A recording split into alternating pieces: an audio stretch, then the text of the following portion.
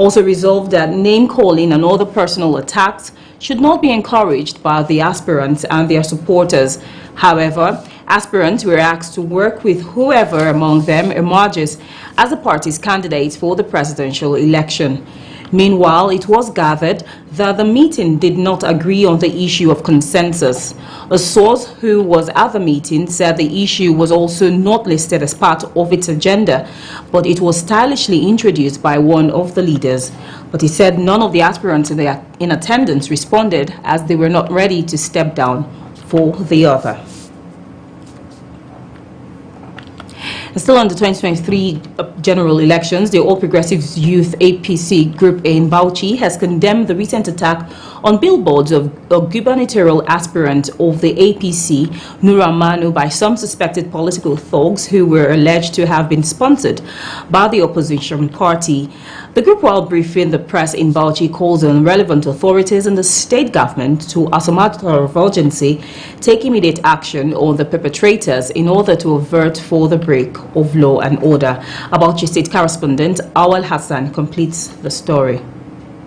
This group of concerned APC youth in Bauchi holds this press briefing to call the attention of relevant authorities in the state on the action of some political thugs whom they have alleged to have been sponsored by the ruling party to destroy the billboard of a gubernatorial aspirant under the platform of APC. The scene of destruction of billboard and campaign posters of Malam Nura Manusoro, PhD, led by some unknown person and stand condemnable and unfortunate. This is coming at the time the said Malam Nura Manusoro has every constitutional right to contest whatever political seats he may deem fit according to the Constitution of the Federal Republic of Nigeria. The group see this action as an attempt to intimidate their aspirant who has the constitutional right to contest for the office of the governor. We are using this medium to call on the Commissioner of Police, the Director of State Security Service in the state, and security agencies to ensure that these political thugs and their sponsors behind this ugly and unfortunate situation are arrested and prosecuted according to the law of the land to serve as a deterrent to others who may have similar motives. The group therefore calls on relevant authorities to fish out the perpetrators of such act and their sponsors and punish them in accordance with the law to serve as deterrents to others. Awal Hassan, VOA TV News, Bauchi. Still on politics, as days for the 2023 general elections draw near, political parties across the country are strategizing to present candidates that will represent them at the elections. In Adamawa State, stakeholders of the All Progressives Congress met on Friday to deliberate on the best way to conduct its primary elections without rancor. National Vice Chairman of the party representing the Northeast, Saliu Mustafa, addressed the stakeholders tasked with imbibing the spirit of sportsmanship during and after the primary elections. Legislators, we are going to give level playing ground to all candidates. Even though we emphasize and prefer consensus, where there is none, there will be free and fair election. We are not going to only conduct free and fair election, we are going to be seen to be conducting free and fair election because we are going to make it as transparent as possible. All of you are aware with the way we conduct our congresses here. It took us 48 hours. Governorship aspirants and other stakeholders of the party all attended the meeting. Some of them who spoke to newsmen congratulated the leadership of the party for organizing the meeting. They assured that the party will come out strong after primaries with credible and acceptable candidates that can win elections. At least with little modifications, we should follow the constitutional provisions that says at least there must be 2 women, 3 men, so we should so all our stakeholders, both the various local governments, are trying to adopt some of these things. We will make sure that we will work with everybody, and it's going to be fair, it's going to be just in every stakeholder come as one. Since we are in our democracy in Nigeria now, political parties really do not matter as it were now. The electorates are more aware, and there's a new orientation that is flowing out across Nigeria. People elect credible candidates with proven track records.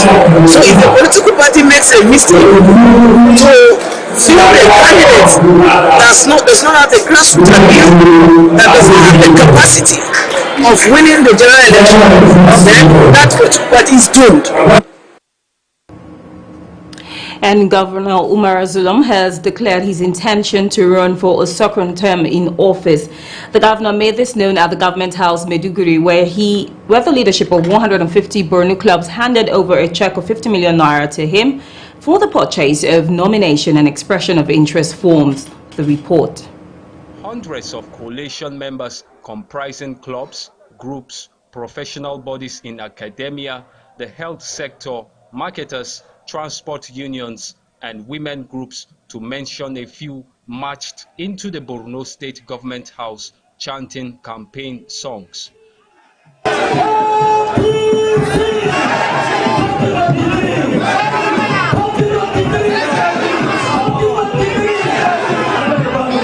These Maiduguri residents, in their large numbers, want Governor Zulum to seek for the second term in office ahead of the 2023 gubernatorial election. The supporters say the giant strides and unprecedented achievements in the state are the reason behind the large turnout. We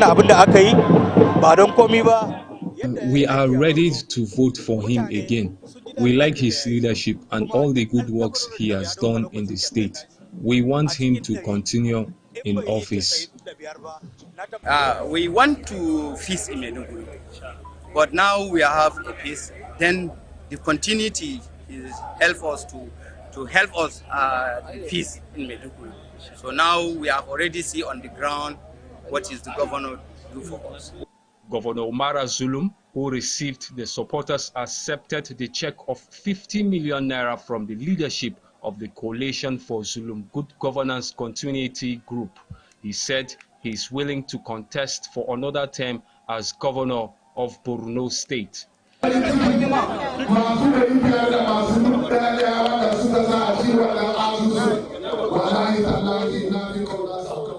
I'm honestly happy with all of you for contributing 1,000 naira each for the form.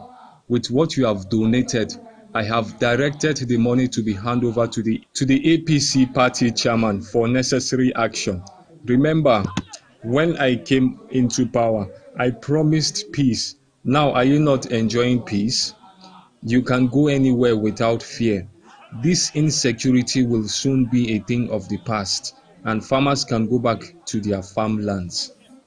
There are unverified rumors that Governor Zulum delayed making his intention to declare for re-election because he might emerge as running mate to Vice President Yemi Osinbajo in his quest for the 2023 presidency seat.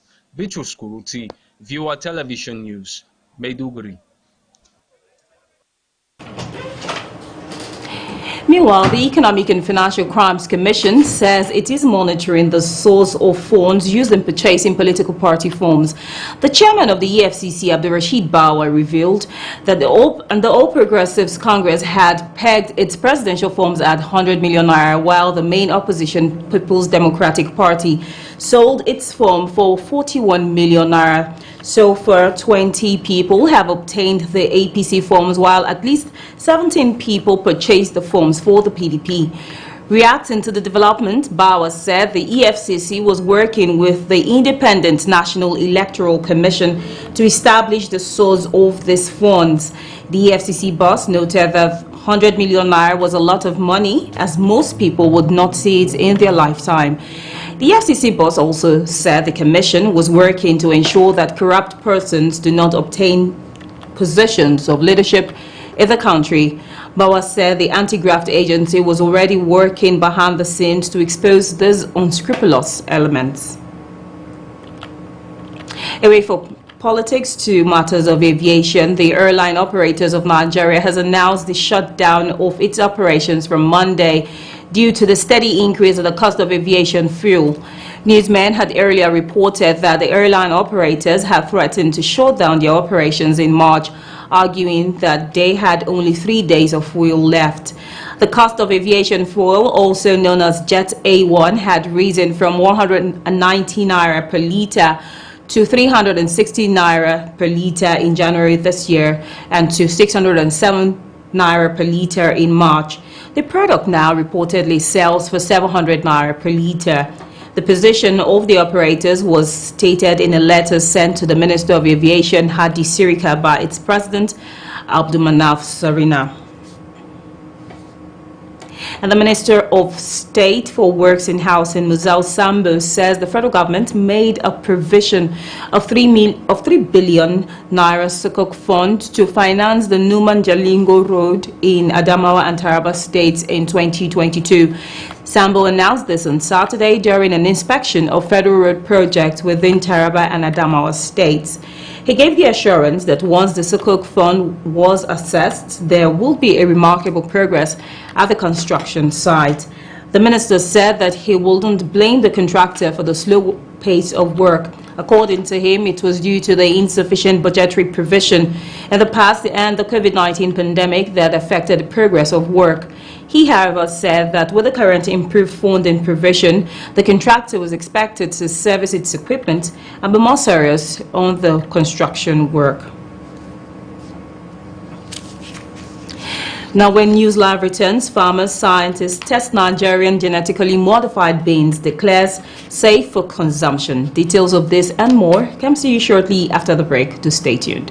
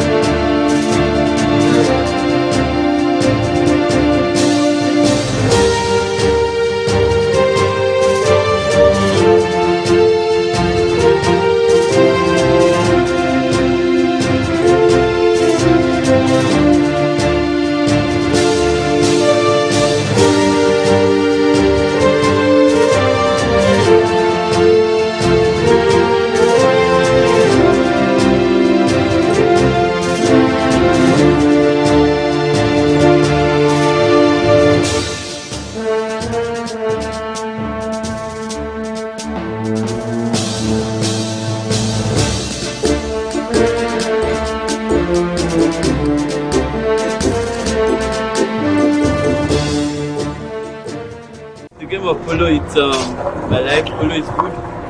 Though I just started and I'm still learning the basics. But I hope to be a pro in this game, and God being by my side, I know everything will be fine. I started 4 months ago. I started stick and ball 4 months ago, though I attended the riding course in Pakistan. I've learned the riding basics, but the game of polo 4 months ago, I started stick and ball. Every day we mount on the horse, we pray. And once you come down, as you can see, I was about ending and I fell from the horse. It's a normal thing. In horse riding, if you don't fall, you've not started yet. So you need to train. You can see I'm sweating, I'm eating banana, it's part of it. You must train, you must eat well, and you must learn properly. I've chosen polo to be my own sport, and I've always looked up to people like General Kazir Fire, General MSA Aliu, Colonel Waibello, and General Laka. A few of them, I've looked up to these people. These are great polo players, and they've always encouraged me to play the game of polo.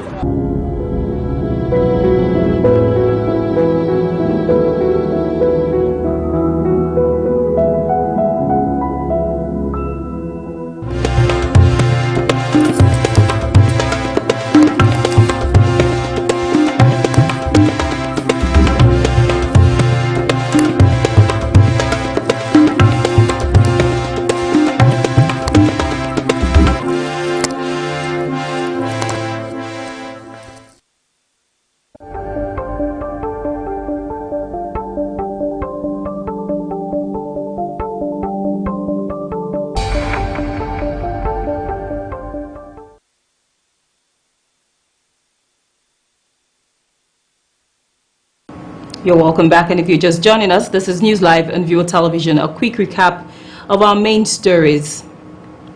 Airline operators to shut down operations on Monday. And the federal government to resume talks with university lecturers next week. And on the foreign scene, France's Macron sworn in for second term as president. We continue with the ASU strike as the federal government will resume talks with the Academic Staff Union of Universities, ASU, by next week as part of moves to end the lingering strike by lecturers. Labour and Employment Minister Chris Ngige said this at a meeting with the striking National Association of Academic Technologists, NAAT. He said that strikes in the education sector could have been averted if the union embraced his open door policy.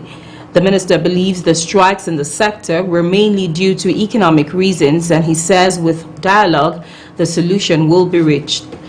The move is the government's latest effort to end the strike, which was embarked on by ASU on February the 14th, 2022. Still within the matters of education, hundreds of candidates for the 2022 Unified Tertiary Matriculation Examination in Lagos and Ogun States were left stranded and frustrated at some centers as downpour and system glitch disrupted their examinations.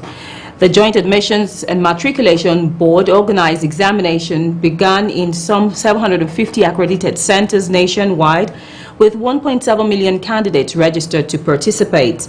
In centers monitored in Lagos and Ogun State, candidates scheduled for the first session were mostly affected by system glitch and downpour. One of the candidates in Ogun State who spoke with newsmen lamented that over 200 of them were unable to write the annual exam because of technical issues.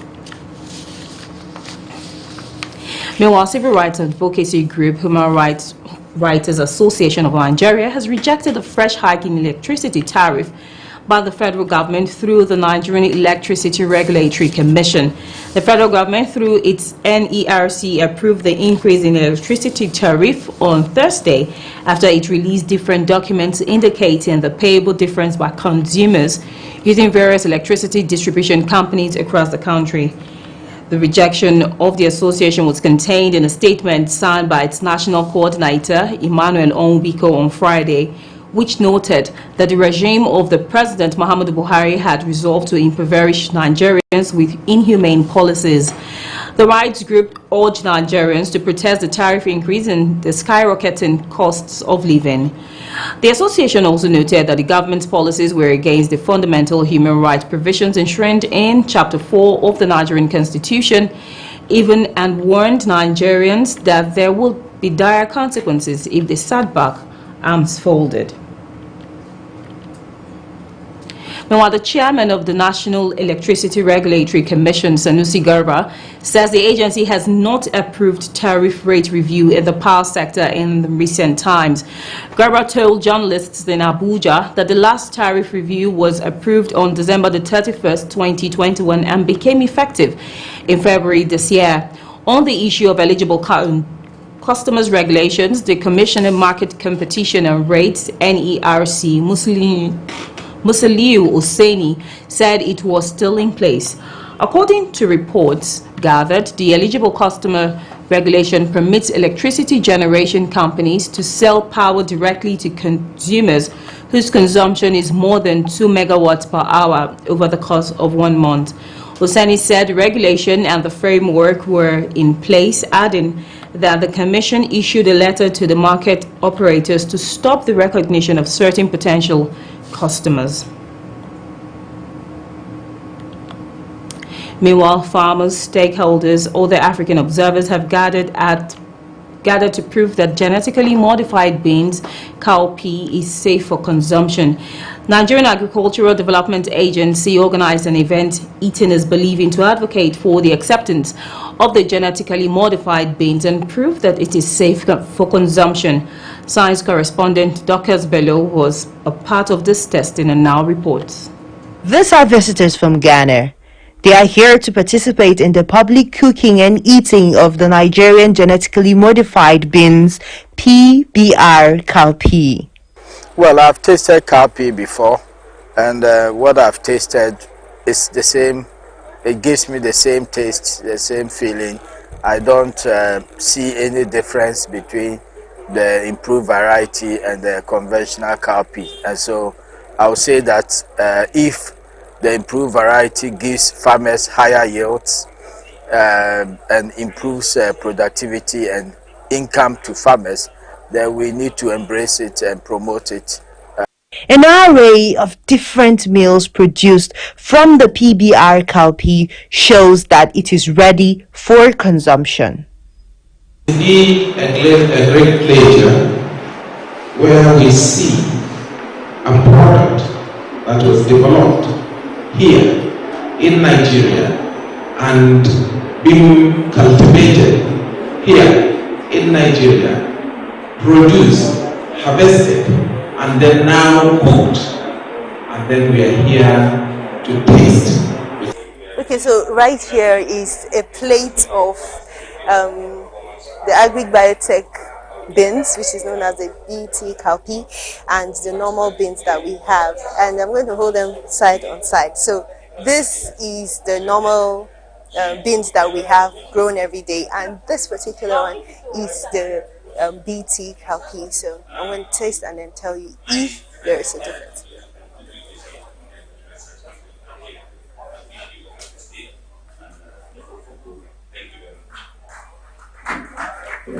Okay. Currently, I honestly do not know the difference. I think beans is beans, akara is akara. It's the same thing, and it's kind of exciting, and takes away the fears and the worries that people might have in their minds about the biotech beans. Country Director, Open Forum for Agricultural Biotechnology, Dr. Rose Gidado says the beans was developed to address farmers' challenges and improve food security. Cowpea Mobile Kitchen Campaign is an advocacy committee for you, and it is meant to demonstrate the safety and nutrition effects of BT cowpea, and as well to increase consumer awareness on BT cowpea. At the entrance of the hall, you can't help but notice this chef, Joyce Siki. She farms the beans, cooks the beans, and she says she loves the outcome. When it comes to beans, the possibility is endless. Endless in the sense that you can play with beans as a recipe in different form, and then different region of Nigeria uses beans for different things. Like in the north, they do more of kose, and then they do what is called dawake, and then things like in Kano is a very popular meal. They call it garagaro. For these farmers and kitchen like Joyce's, planting is now an option that holds lots of opportunities economically and health-wise. For everyone at this event, one thing is common: you cannot spot the difference. Dorcas Bello, Viewer Television News. And the trial of the driver of Bus Rapid Transport BRT Andrew Onikoron, who will commence on Monday, May the 9th, 2022, before the Lagos State High Court sitting at Tafawa Balewa Square. Andrew was arraigned on March 22nd before Justice Sherifat Sunaike on a 4-count charge bordering on rape, conspiracy, and murder of his passenger Bamise Ayomola. Ahead of the commencement of trial, the family of the late Bamise had written to the Lagos State Attorney General Moyoshere Onigbanjo seeking a fiat to prosecute the defendant Andrew, but the Attorney General's office declined the request. The Director of Public Prosecution, Dr. Jide Martin, said the state government had the constitutional responsibility to prosecute the case, and it will not shy away from that responsibility. Bamise, age 22, went missing while returning to Ota from Aja on February the 26th. Now, a two-story building on Chrissy Geddy Street in the Agor Palace Way of Lagos State collapsed on Saturday. However, the people residing in the building vacated the premises immediately after the building gave a sign it wanted to collapse. The The Permanent Secretary, Lagos State Emergency Management Agency, Dr. Olufemi Oke, said no casualty was recorded during the incident, adding that the site of the collapsed structure had been handed over to the Lagos State Building Control Agency.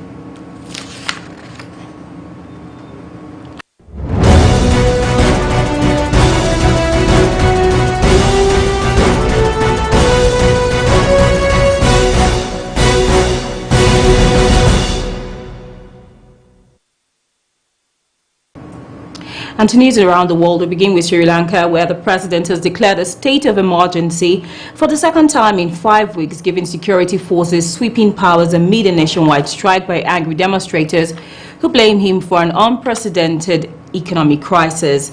A spokesman for the president said he invoked the tough laws to ensure public order after shop closed and public transport was halted on Friday, bringing the South Asian island nation of 22 million people to a standstill after weeks of unrest. Earlier on Friday, police used tear gas and water cannon to disperse students attempting to storm the national parliament, demanding the president to resign. The emergency gives sweeping powers to security forces to arrest and detain suspects for long periods without judicial supervision.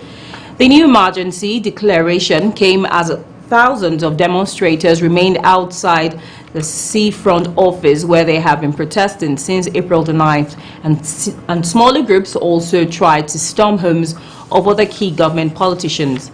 Last month, Sri Lanka announced it was defaulting on its $51 billion foreign debt, and Finance Minister warned this week that the country will have to endure its unprecedented economic hardships for at least 2 more years.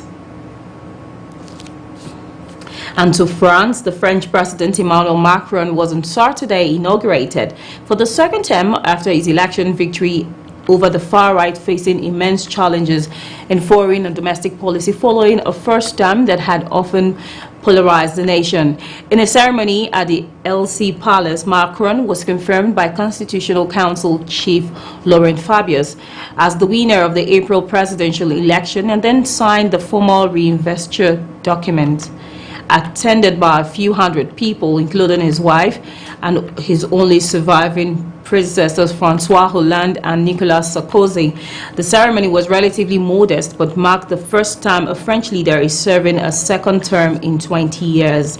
Macron faces a daunting agenda of implementing the reforms he vowed when he came to power as France's youngest ever president in 2017, as well as dealing with the Russian assault against Ukraine.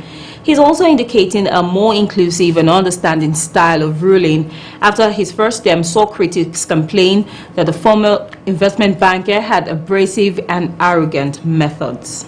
Vers lesquels mes pensées vont en cet instant et à qui je fais le serment de léguer une planète plus vivable et une France plus vivante et plus forte. Vive la République et vive la France. And to Ukraine, President Volodymyr Zelensky said the southeastern port city of Mariupol has been destroyed completely, and there is nothing left to fall to Russians except for its besieged steelworks. Zelensky, speaking on a video call to the Chatham House think tank in London, was asked how the fall of the strategic city could affect the cause of the conflict. The Mariupol steelworks are the last pocket of Ukrainian resistance against Russian forces in the port city, where about 200 civilians are estimated to still be trapped in tunnels and bunkers. Ukrainian troops defended the plant on Friday accused Russian forces of firing during a civilian evacuation despite a Moscow-imposed ceasefire. He also referred to Russian plans to hold a victory parade in Mariupol on May 9th, a holiday commemorating Soviet victory over Nazis. Маріуполь зруйнований вщент. Не існує. Не існує там. Вони вбили все живе. Є залишок заблокованих людей на заводі «Азовсталь» на тому, що залишилось від цього заводу.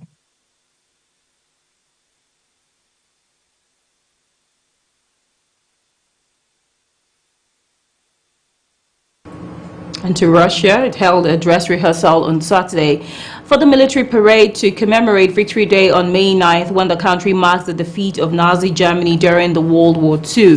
This year's Victory Day, which falls on Monday, won't just honor a conflict that ended 77 years ago.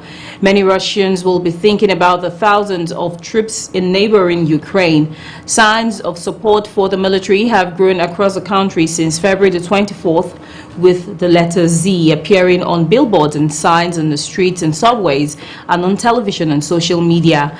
On Saturday, an RS-24 Yars intercontinental ballistic missile rolled through Red Square as part of the rehearsal in Moscow, with warplanes and helicopters flying overhead, troops marching in formation, and self-propelled artillery vehicles rumbling past.